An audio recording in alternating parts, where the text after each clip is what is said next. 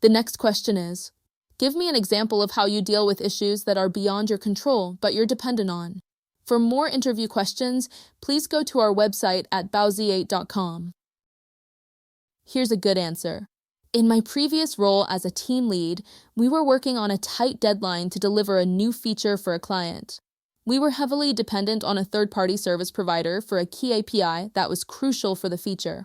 Unfortunately, they experienced technical difficulties that delayed the release of their API. This was beyond my team's control, but we were dependent on it to move forward. Given the situation, I immediately communicated with the third-party provider to understand the root cause and the expected timeline. I also kept the internal stakeholders informed regularly, so everyone was aligned. While waiting for the API, I ensured my team could work on other aspects of the project that didn't require the API, like the UI and testing. This way, we didn't waste time waiting. Additionally, I started looking for alternative solutions, such as identifying any potential workarounds, just in case the issue wasn't resolved in time. As a result of staying proactive, we were able to keep the project moving forward even while waiting for the third-party provider. Ultimately, the provider resolved the issue within a couple of days, and we were able to meet the deadline with minimal delays. This experience taught me the importance of having contingency plans and maintaining open lines of communication, both internally and externally, when relying on third parties. Why does this work? 1. Proactive problem solving. The response shows that you didn't just wait passively for the external issue to resolve. Instead, you found ways to move forward and keep your team productive, demonstrating strong initiative. 2. Effective communication. By keeping stakeholders informed and collaborating with a third-party provider, you demonstrate your ability to manage expectations and build relationships even when things are out of your control. 3. Adaptability. The answer reflects your ability to adapt to challenges and maintain flexibility when circumstances change, which is key for any manager or leader. 4. Learning from experience. Mentioning what you learned shows that you're reflective and capable of improving processes in the future, which is key for any manager or leader. What you should avoid. 1. Blaming others. Avoid focusing on what went wrong or blaming the third-party provider. It's important to focus on your actions, not just external factors. For example, don't say things like, "The provider was at fault, and I had to wait for them to fix it."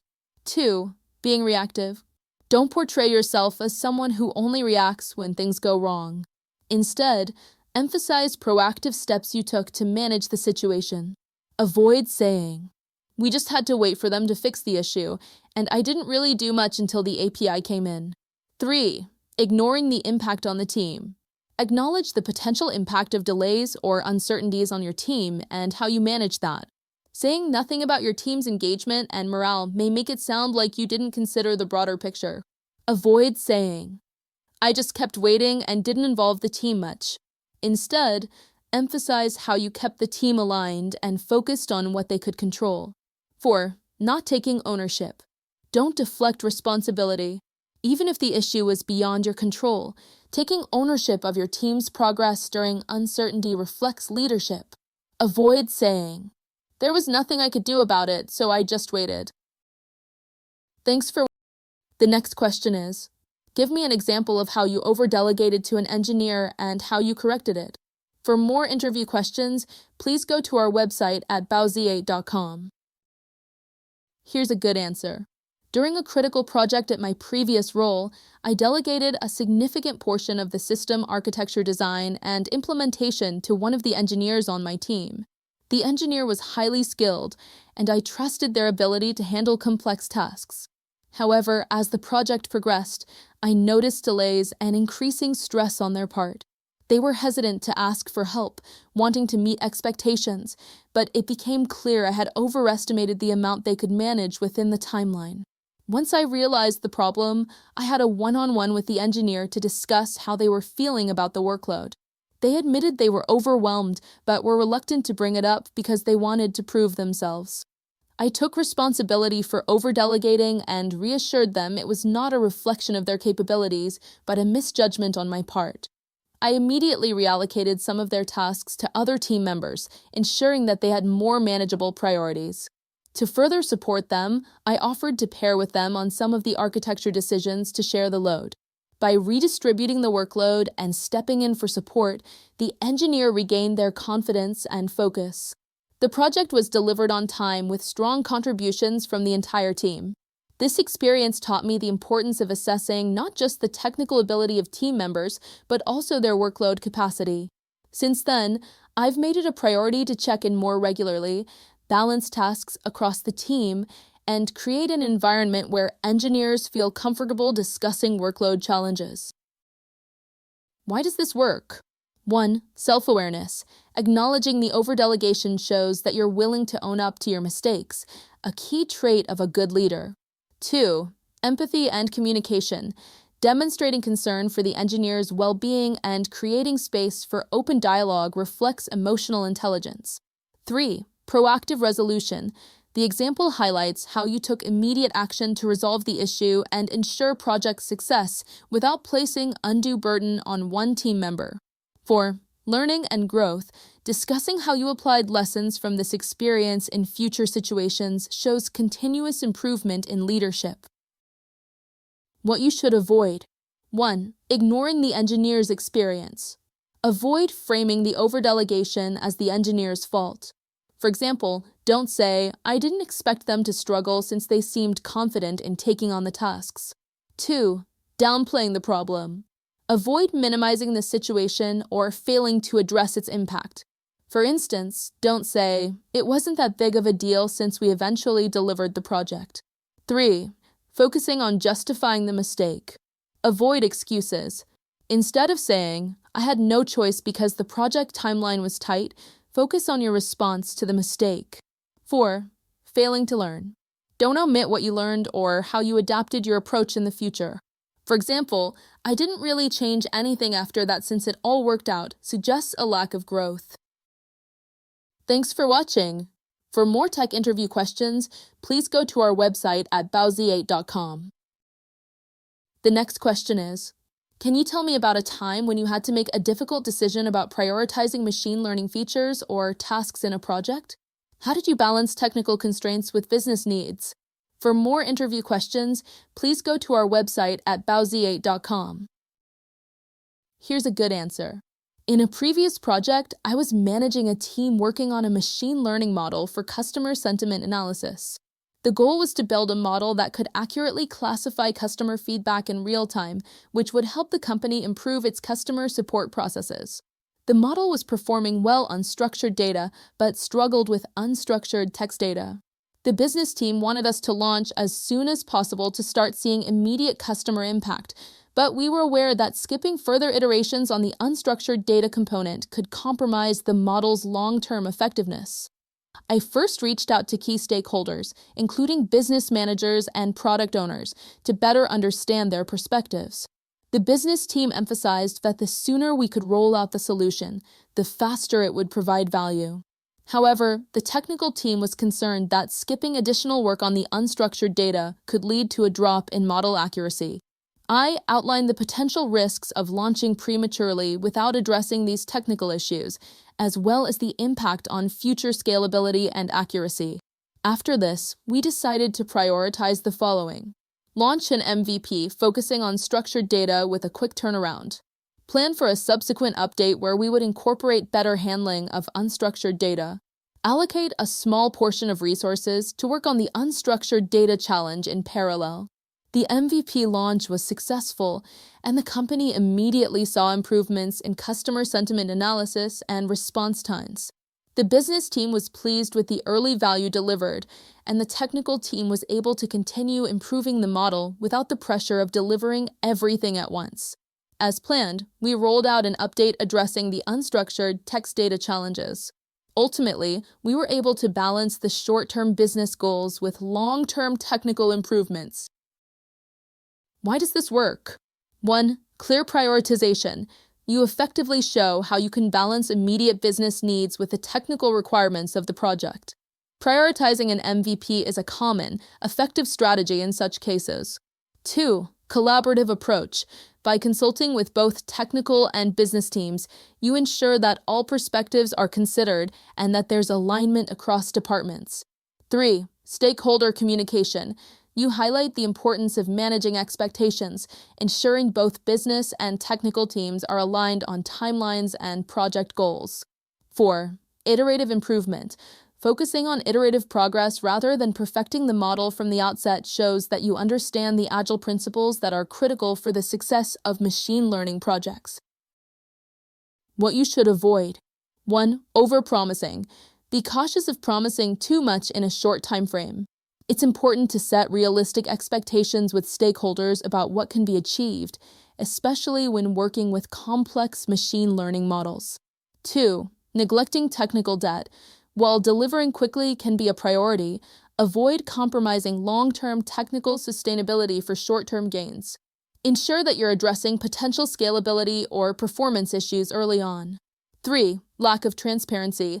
Always be transparent about risks, timelines, and trade-offs with stakeholders to avoid future misunderstandings. 4. Ignoring user feedback. Failing to gather user feedback after the MVP launch can lead to missed opportunities for improvement. Always iterate based on real-world data. Thanks for watching.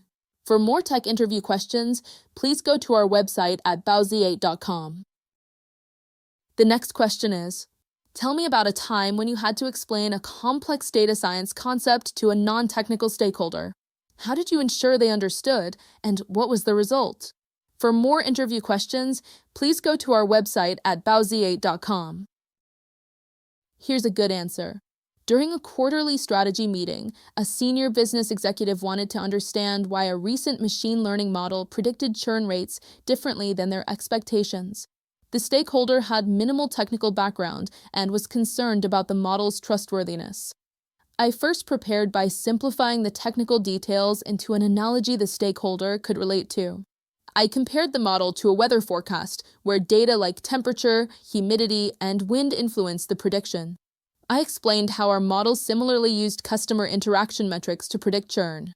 During the meeting, I avoided jargon and focused on visual aids, such as charts showing which factors, features, contributed most to the predictions. I highlighted that the model's accuracy stemmed from analyzing patterns humans might miss. I also encouraged questions, pausing frequently to confirm understanding. Finally, I shared a concrete example, a customer profile with high churn likelihood, and how the model identified key signals like reduced activity and support tickets. The stakeholder appreciated the clarity of the explanation and gained confidence in the model's predictions. This led to their support in deploying the model for a retention campaign, which ultimately reduced churn by 15%.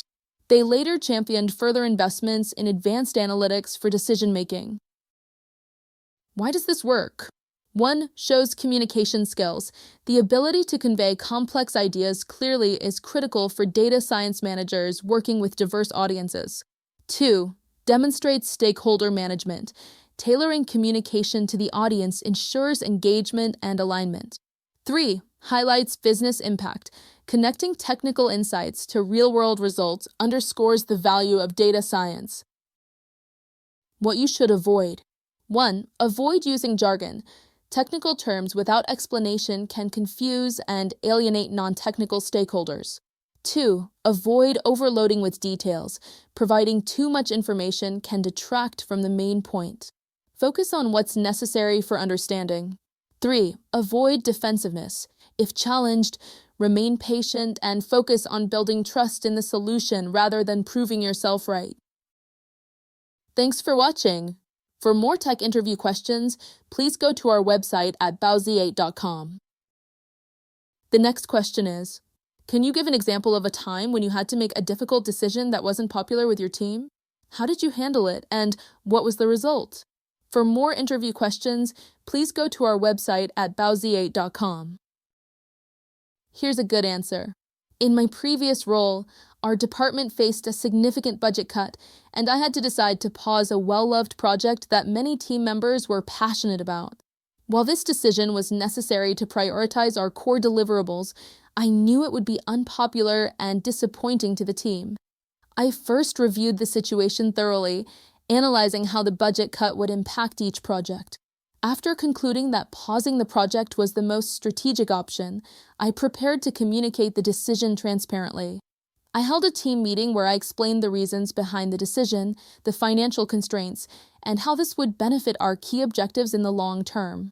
I also ensured I left space for questions and addressed concerns openly.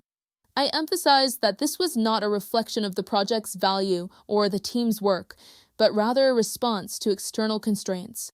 Finally, I collaborated with the team to identify ways to preserve parts of the project for potential future resumption. Initially, the team was understandably disappointed, but over time, they appreciated the transparency and the rationale behind the decision. By involving them in brainstorming alternatives, they felt their input still mattered. As a result, we successfully shifted focus to our core deliverables, and when the budget situation improved 6 months later, we were able to revive the paused project, integrating lessons learned from the interim period. Why does this work? 1. Demonstrates decision-making skills. It shows your ability to make tough but necessary decisions for the greater good. 2. Exhibits communication and transparency. You explained your reasoning clearly and addressed concerns to maintain trust. 3. Highlights team collaboration. Involving the team in finding solutions showed respect for their input and helped rebuild morale. What you should avoid. 1. Avoid making it seem like you avoided the decision. Failing to make a decision in difficult situations can signal poor leadership. 2. Avoid lack of empathy. Do not dismiss the emotional impact the decision may have on your team. This shows poor emotional intelligence. 3. Avoid ambiguity. Be clear about why the decision was made, showing logical reasoning and alignment with business goals. Thanks for watching. For more tech interview questions, please go to our website at bowsy8.com. The next question is, give me an example of when you said no to your customer. For more interview questions, please go to our website at bowsy8.com. Here's a good answer. In a previous role, I was leading an engineering team responsible for building a key feature for a SaaS product. One of our major enterprise customers requested a highly customized feature that was not aligned with our product roadmap. The feature, while valuable for their use case, would have required significant engineering resources, potentially delaying other critical commitments and creating long-term maintenance challenges for the team. I met with the customer to deeply understand their problem, ensuring I wasn't just rejecting their request outright, but getting to the core of their pain points. I wanted to ensure we explored all potential solutions before saying no. I worked with my team to assess the technical feasibility and cost of implementing the feature. It became clear that fulfilling the request would divert resources from other high-priority roadmap items and create a highly specific implementation that wouldn't benefit other customers. I arranged a meeting with the customer and explained why we couldn't accommodate their specific request, focusing on the broader implications for the product and other customers.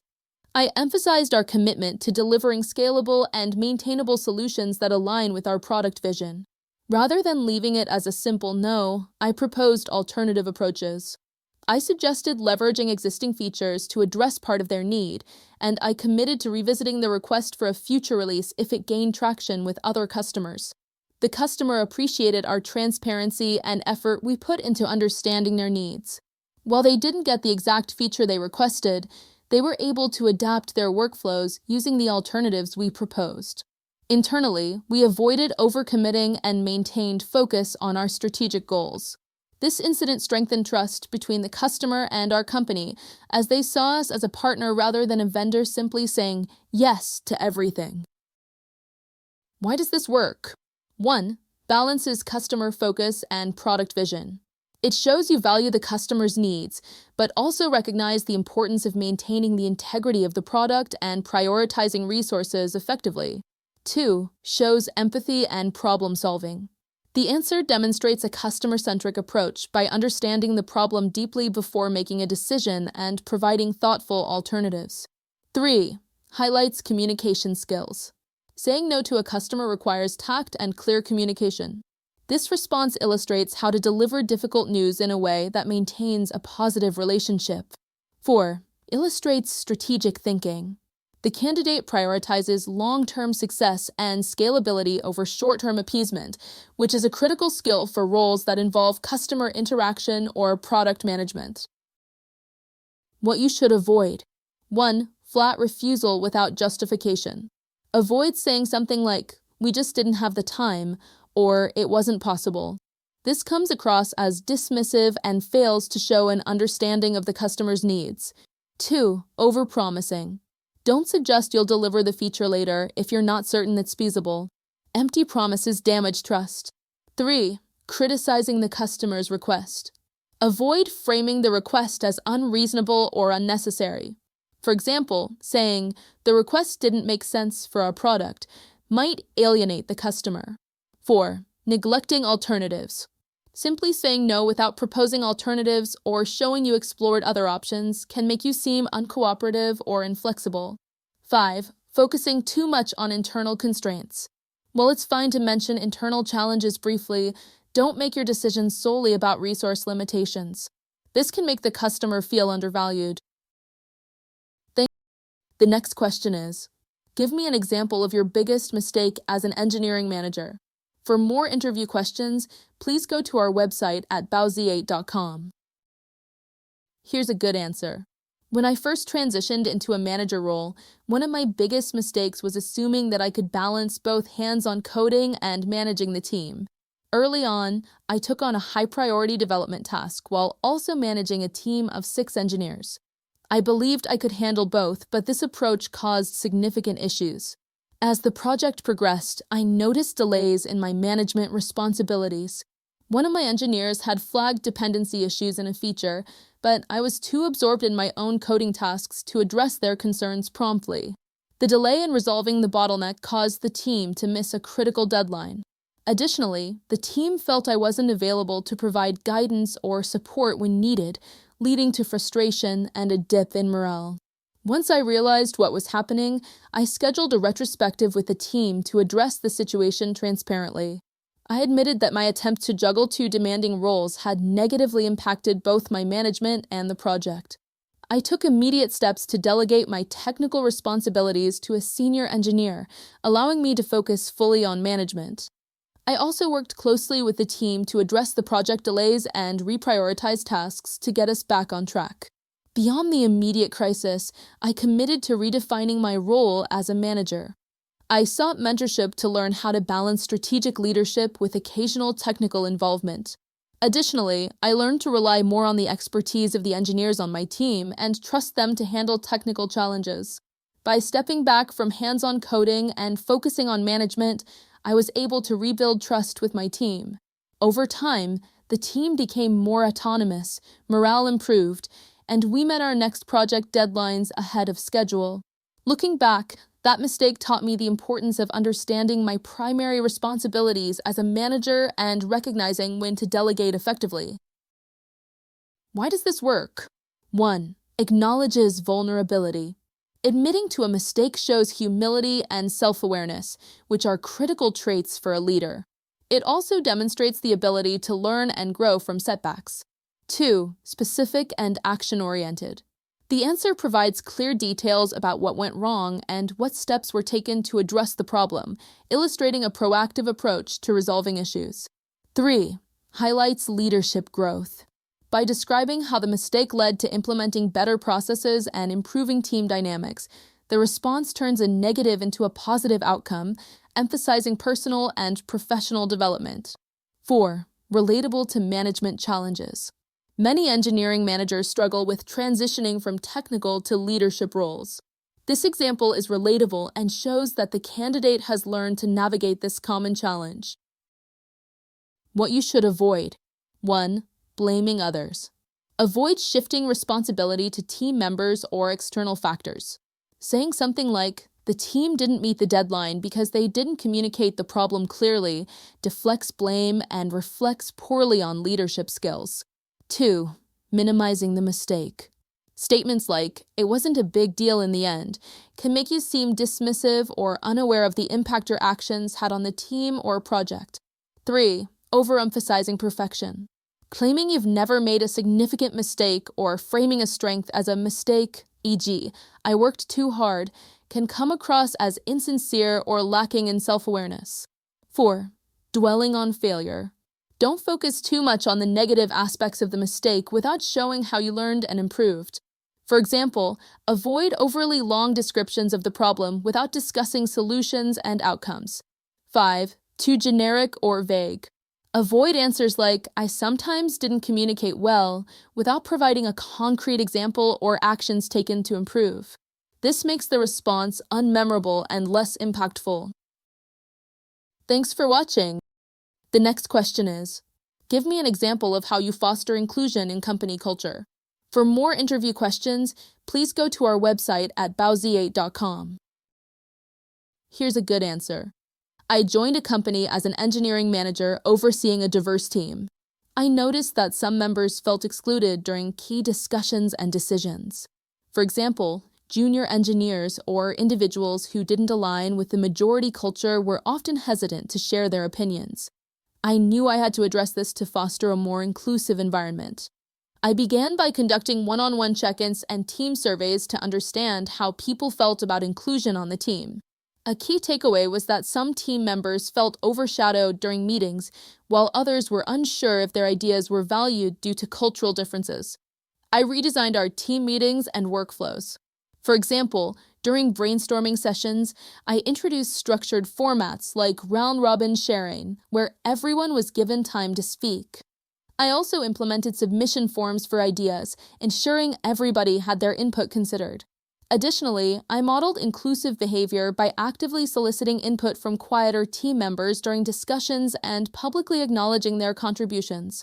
To address unconscious bias, I led workshops with external facilitators to educate the team about diversity and inclusion. I made it clear that they were part of our shared goals, not just policies. We incorporated inclusion into our quarterly retrospective meetings. This allowed the team to discuss what was working and where we still needed to improve. I also established inclusion metrics, such as participation rates in meetings and feedback scores on surveys. Over time, we saw clear improvements. Participation in meetings increased significantly, with quieter team members actively contributing and even leading discussions. Our engagement survey scores on feeling included in the team rose by 40% within 6 months. Furthermore, the cultural shift led to better project outcomes. By tapping into diverse perspectives, we were able to identify and solve problems more creatively. Why does this work? 1. Thorough understanding of inclusion. The response demonstrates a deep understanding of both structural and cultural barriers to inclusion. This shows thoughtfulness and empathy. 2. Concrete actions. Specific actions like redesigning workflows, mentoring, and holding workshops illustrate a proactive and multifaceted approach. It's clear the candidate didn't rely on a single solution, but tailored actions to fit the team's needs. 3. Quantifiable and qualitative outcomes. Mentioning measurable improvements, e.g., engagement survey scores, increased participation, and anecdotal success, e.g., the junior engineer's growth, showcases the tangible impact of their efforts. 4. Leadership and accountability. The candidate takes ownership of fostering inclusion rather than passing the responsibility to HR or higher-ups, which highlights leadership qualities. What you should avoid. 1. Overgeneralizations. Avoid vague statements like, "I always treat everyone equally," which don't demonstrate actionable steps. Inclusion requires more than equality. It's about equity and creating safe spaces. 2. Tokenism or one-off events. Don't point to a single instance, such as hiring someone from an underrepresented group, as proof of fostering inclusion. This can come across as performative. 3. Shifting blame. Avoid framing inclusion issues as entirely someone else's responsibility. For example, saying, "It was just how the company culture was," without describing your role in improving it can signal a lack of initiative. 4. Ignoring long-term commitment. Inclusion isn't a one-time fix. Avoid implying that a single workshop or initiative solved all the problems. 5. Defensive language. Don't use phrases like, "We didn't have a problem with inclusion before, but I made things even better." This downplays the significance of the issue and can sound dismissive. Thanks for watching. For more tech interview questions, please go to our website at bowsy8.com.